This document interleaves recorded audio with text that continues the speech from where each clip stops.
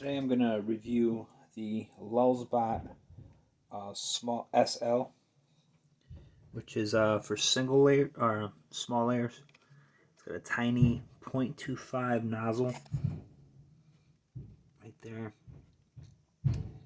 and I added it to my Lulzbot Mini 1. It's a pretty simple attachment. I used the Lulzbot Mini Universal Head Attacher, which you just mount on here, and then you could put on any of the Lulzbot printer heads on there. And I'm really liking the results, because over here I have my Lulzbot Taz 6 with this was the arrow extruder, which had the ability to make smaller detail stuff, but the nozzle here was 0.5 millimeters, so it's a lot wider. And I printed out two things just to compare. I made my own little Pokemon tokens for the Pokemon trading card game. And I printed this one, this burned token, on my Lulzbot using the arrow extruder, the first gen, and used the finest settings because, you know, it's a small item. I wanted it to print out with the best resolution. And I mean, it came out pretty well. I've printed this out before using lesser resolutions, and fine things like the text here, you couldn't really tell because I printed it in the Pokemon font, so it's kind of funky. And I printed it on its edge. You can tell here.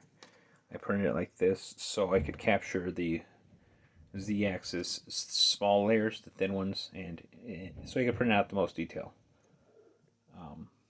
So I mean, you could see it's pretty good. You could kind of tell what it is from a distance, but if you were to look at it in detail, you could see some of the overhangs here, because it is a 0.5 millimeter filament on the extruder nozzle. They're pretty thick. I mean, just the slightest variance in the overhang, you see pretty thick lines there. So it looks like the lightning bolts are dripping water drops. And then especially the lettering here. You can see there's a bit of an overhang here, and it kind of fuzzes up the font, kind of makes it hard to read. On the opposite side, you could see the burned, and you know, it looks okay, but it could definitely be better. I mean, you'll know what it is. Pokemon's burned. But then I tried the small layer, and so this one you could definitely tell the difference. I did print it on its side, so you can see there, and I used the smallest, finest setting you could. And so comparing the two, it could be because I mean, it's also PLA, but the letters just alone are so much more clear. And on the upside with this, I was able to print supports, because this thing cuts in like a millimeter thick into the design, into the hexagon, and I was able to print 3 separate solid line supports. So this thing was covered with a support layer, and I had to peel it out with a pin, like a needle tip, to kind of pick through the letters out. But you can definitely tell how much more detailed this is, especially on the letters. The ability to have such tiny, thin supports allowed there to be like no overhang issues on it. It was able to look solid.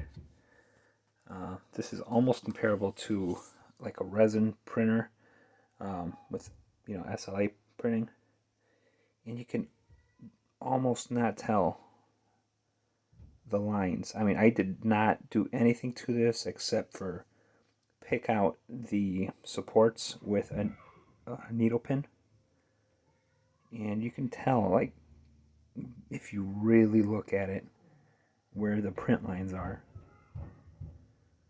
But for the most part, I mean, it looks really, really sharp.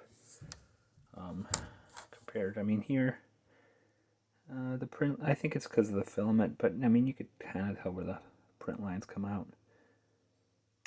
But what got me here was the overhangs. Any tiny little bit, you have a 1/2 millimeter thick, which is pretty hard to remove. If I had printed supports here, those 0.5 millimeter thick walls, support lines, just would have left a mess.